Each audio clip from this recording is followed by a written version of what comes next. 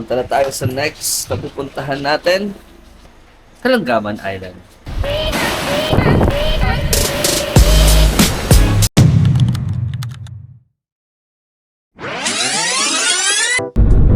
Good morning.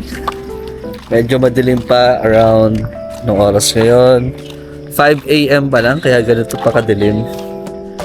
And tumigil kami dito sa Biliran Bridge.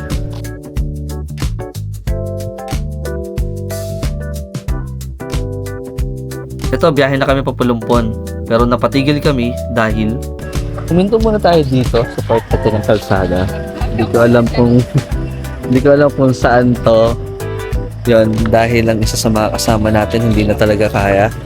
No, kasi karamihan sa amin, kahit ako, sumakit yung tiyan namin. Habang mahaba-habang biyahe pa to papunta ng Kalanggaman Island. Narating din namin ng Pulumpon sa loob ng 3 oras.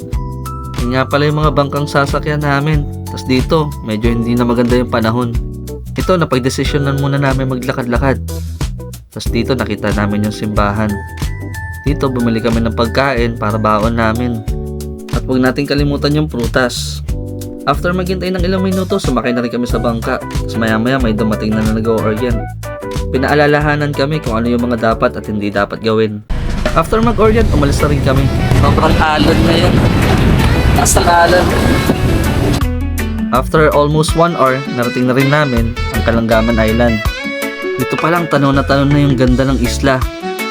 Tara, punta na tayo sa ating cottage. Pero bago yun, bigyan muna natin ng magandang montage.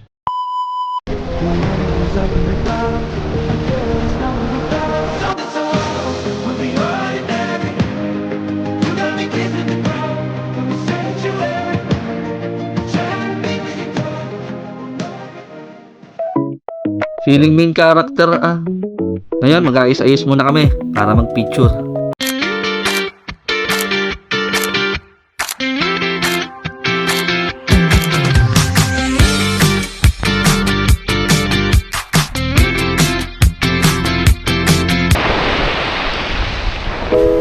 Tara, maglakad-lakad muna tayo dito. I-appreciate lang natin yung ganda ng isla. Grabe, sobrang ganda. Talagang nakaka-amaze. Ito yung welcome arc ng Kalanggaman Island. Nagpatuloy kami sa paglalakad hanggang sa narating namin yung sandbar. And here we are at the Kalanggaman Island. So, yan, ganda naman ang isla rito. So, dito yung snorkeling area. Dito yung magandang paliguan kahit mabato. Doon sa kabila, hindi ka makakaligo kasi ang lakas ng alon, yung current. Baka hatakin siya. Tambay muna kami dito habang ina-appreciate namin yung ganda ng isla. At ngayon, kakain na!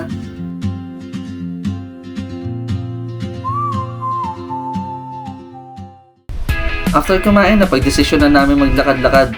Pumunta kami dun sa kabilang dulo ng isla. At dito, nag-picture-picture muna kami. Pauwi na kami ngayon. Pabalik na kami dun sa mainland.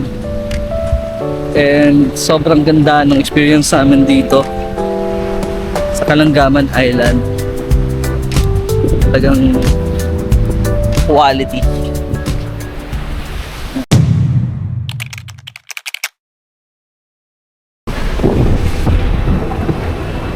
Kailangan na namin maging mabilis kasi yun na yung ulan. Taas na yung alon ngayon kasi ayun na yung ulan. Kailangan na namin makaalis.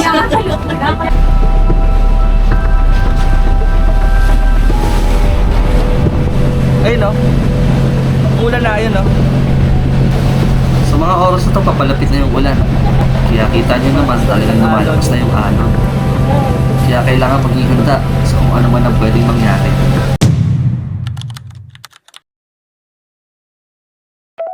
At yun ang makauwi ng ligtas sa mainland.